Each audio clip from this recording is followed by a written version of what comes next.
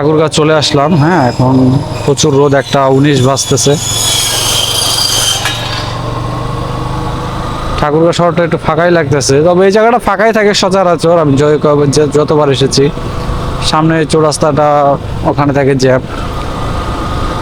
তো যাই হোক, অনেকদিন পর ঠাকুরগাঁ আসলাম আজকে। অনেকদিন ধরেই মোটামুটি ঠাকুরগাঁ আসি না, প্রায় যদি নাও হয় তারপরও মোটামুটি আনুমানিক 6-7 মাসের উপরে হয়ে যাবে ঠাকুরগাঁ আসি না।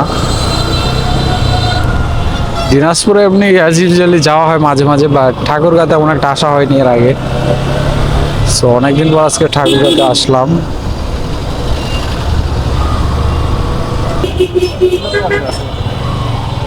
বামেতে ঘুরে আসি।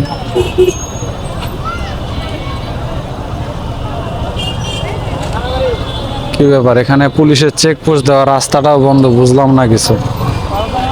আগে তো রাস্তাটা খোলা ছিল, আর ওই যে আরেকজন পুলিশ বসে এখানে মোবাইল চালাইতেছে। হ্যাঁ, মানে বড় গাড়ি যেতে দিবে না। মানে রোডে তো প্রচুর জ্যাম। হে আল্লাহ, কি করলাম আজকে, তো বিশাল জ্যাম। জ্যাম বলতে মানুষের ভিড়, মানে ঈদের বাজার মনে হয় একবারে জমজমাট হয়ে গেছে ঠাকুরগাঁয়।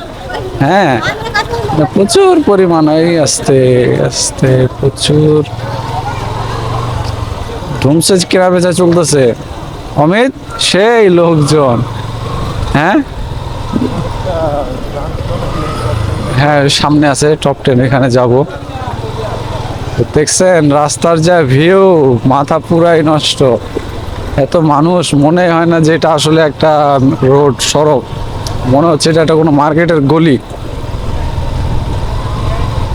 যাই হোক, সামনে আবার ঠাকুরগাঁও টপ 10 আছে। টপ 10 আগে ভিজিট করি, দেন নিজে অথবা ইনফিনিটি যদি কিছু থাকে সেখানে যাওয়ার চেষ্টা করব। ঠিক আছে। সো গাইস, এই হচ্ছে টপ 10। এখন পর্যন্ত কোনো কেনাকাটাই করলাম না, শুধু রোদে ঘুরতেছি, গরমে রোদে। ঠিক আছে।